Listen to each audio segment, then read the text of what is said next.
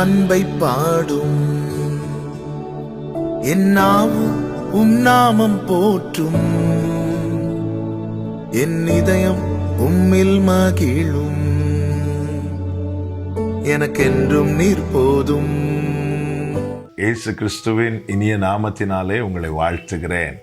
இந்த நாளை காண செய்த தேவன் வேண்டிய கிருபைகளையும் சுகபலத்தையும் தந்து ஒவ்வொருவரையும் நடத்த இயேசு கிறிஸ்துவின் நாமத்தினாலே வாழ்த்துகிறேன். கர்த்தர் உங்களை ஆசீர்வதிப்பாராக. 119வது சங்கீதம் 151வது வசனம். கர்த்தாவே, நீர் சமீபமாயிருக்கிறீர், உமது கற்பனைகள் எல்லாம் உண்மை. கர்த்தருடைய பரிசுத்த நாமம் மகிமைப்படுவதாக. அருமையான வார்த்தை.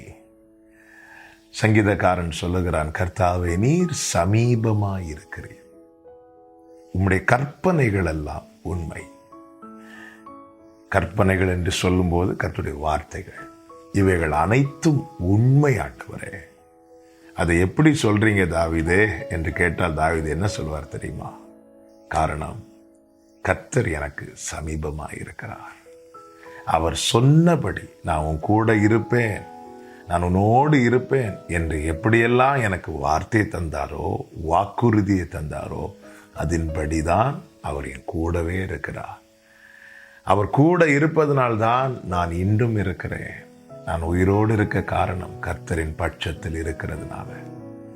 நான் அசைக்கப்படாதபடிக்கு அவரின் வலது பாரிசத்தில் இருக்கிறார்.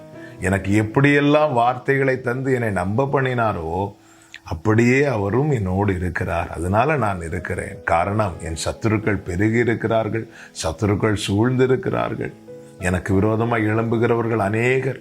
இப்படிப்பட்ட சூழ்நிலையிலும் இந்த தாவீது உயிரோடு இருக்க காரணம் என்ன? என் சத்துருவை விட பலமுள்ள ஒருவர் என் பக்கத்தில் இருப்பதினால் தானே. எனவே என்னால் சொல்ல முடியும், கர்த்தர் எனக்கு சமீபமாயிருக்கிறார். என கேட்கிற ஒவ்வொருவருக்கும் இயேசு கிறிஸ்துவின் நாமத்தில் சொல்லுகிற வார்த்தை இதுதான். இந்த நாளை கிருபையாய் காண செய்திருக்கிறார். எத்தனை பிரச்சனைகள், எத்தனை போராட்டங்கள், எத்தனை நெருக்கங்கள், நிந்தைகள், எத்தனை இரவுகள் நினைத்திருப்போம் இனி ஒரு பொழுதை காண மாட்டோம் என்று. அதையெல்லாம் தாண்டி இந்த நாளை காண வேண்டிய சுகத்தையும் பலத்தையும் ஜீவனையும் கிருபையும் தேவன் தந்து நம்மை காண வைத்திருக்கிறார் என்றால் ஒன்றை சொல்ல முடியும், கர்த்தர் சமீபமா இருக்கிறார். இங்கே பாருங்கள், 150வது வசனத்தில் தாவீது சொல்லுகிறார், தீவினையை பின்பற்றுகிறவர்கள் சமீபிக்கிறார்கள். 151 சொல்லுகிறார், கர்த்தாவே, நீர் சமீபமாய் இருக்கிறீர். 150 தீவினையை பின்பற்றுகிறவர்கள், தீமை செய்கிறவங்க சமீபிக்கிறாங்க. நீர் சமீபமாய் இருக்கிறீர். சத்துரு வரும்போது வருகிறவர் அல்ல அவர். சத்துரு நமக்கு தீமை செய்ய நினைக்கிறதுக்கு முன்னமே அவர் நம்மோட இருக்கிறவர். நீ தண்ணீரை கடக்கும் போது நான் வருவேன் என்று சொல்லவில்லை, நான் இருப்பேன் என்று சொல்லுகிறார். எத்தனை பிரச்சனைகள்! ஏன் சத்துரு வைத்த கண்ணிகளுக்கு நாம் தப்பினோம்? ஏன் சத்துரு விரித்த வலைகளுக்கு நாம் நீங்களாக்கி காக்கப்பட்டோம்? ஏன் சத்துரு தொடுத்த அம்புகளுக்கு நாம் தப்புவிக்கப்பட்டோம்? ஆமென். அவன் சமீபிக்கிறதுக்கு முன்னமே என் கர்த்தர் எனக்கு சமீபமாய் இருக்கிறார். ஹல்லேலூயா. அவர் சமீபமாய் இருக்கிறார். வெள்ளம் போல சத்துரு வரும்போது ஆவியானவர் கொடியேற்றுவார். அந்த கொடியை கண்டு சத்துரு நடுங்குவான். அவருடைய சத்தத்தினாலே அசீரியன் நொறுங்குவான். அப்படிப்பட்ட வல்லமை உள்ள தேவன் நமக்கு சமீபமாய் இருக்கிறார். எதை குறித்தும் கலங்க தேவையில்லை.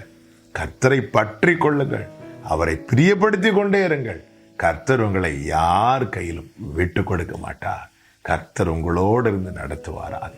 ஜெபிக்கலாமா? நல்ல தகப்பனே, இரக்கமுள்ள பிதாவே, எங்களோடு பேசி எங்களை திடப்படுத்தின இந்த நல்ல வார்த்தைக்காக நன்றி செலுத்துகிறோம். நீர் சமீபமாய் இருக்கிறீர், அது போதும். நீர் எல்லாம் பார்த்துக் கொள்வீர். இயேசு கிறிஸ்துவின் நாமத்தில் பிதாவே, ஆமென்.